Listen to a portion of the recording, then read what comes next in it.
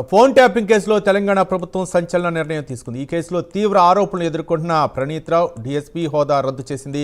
Inspector స్థాయిని తగ్గిస్తూ హోంశాఖ ఉత్తర్వులు జారీ చేసింది. ఫోన్ ట్యాపింగ్ కేసులో ప్రణీత్ రావు కీలక నిందితుడిగా ఉన్నారు.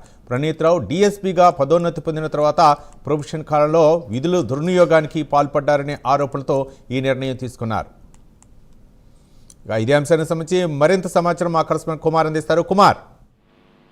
Thank you Ravi. Phone tapping కేసులో మరొక సంచలనం వచ్చిందని చెప్పొచ్చు.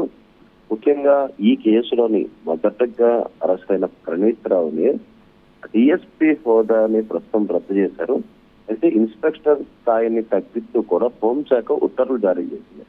అయితే ఫోన్ ట్యాపింగ్ కేసులో కీలక నిందితుడిగా ప్రణీత్ రావు అయితే ఉన్నాడు.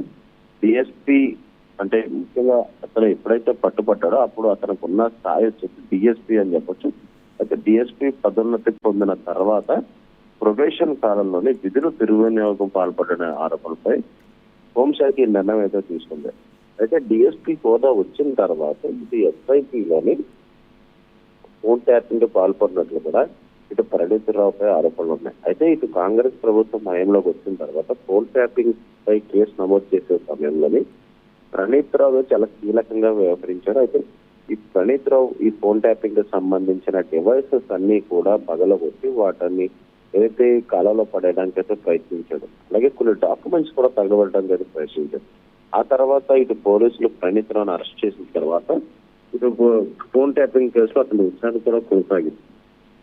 అయితే ఆ విచారణకు సంబంధించి అంటే గతంలో ప్రణీత్ రావు అరెస్ట్ కూడా అయ్యాడు. ఆ తర్వాత బెయిల్పై కూడా రావడం జరిగింది.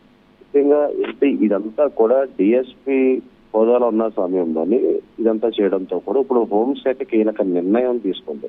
ముఖ్యంగా తనకు సంబంధించి అంటే ఇన్స్పెక్టర్ స్థాయిని తగ్గించారు. అంటే డిఎస్పీ నుంచి ఇంకా లో ఇన్స్పెక్టర్ కి స్థాయి మొత్తం కూడా తగ్గినట్టు అని చెప్పవచ్చు. అయితే ఇప్పుడు ఆ ఇన్స్పెక్టర్ స్థాయి నుంచి తగ్గిస్తూ కూడా హోంశాఖ అయితే ఉత్తర్వులు జారీ చేసింది. అయితే ముఖ్యంగా ఫోన్ ట్యాపింగ్ కేసులో చూసుకున్నట్టయితే ప్రణీత్ రావు ఎప్పుడైతే పట్టుబడ్డాడో ఆ తర్వాత ఈ ఫోన్ ట్యాపింగ్ కేసుకు సంబంధించి చాలా మటుకు విచారణ చేసి అతను సంచలన విషయాలు కూడా బయటపెట్టడం జరిగింది. ఆ తర్వాత అతను అరెస్ట్ చేసి రిమాండ్ కూడా చేయడం జరిగింది.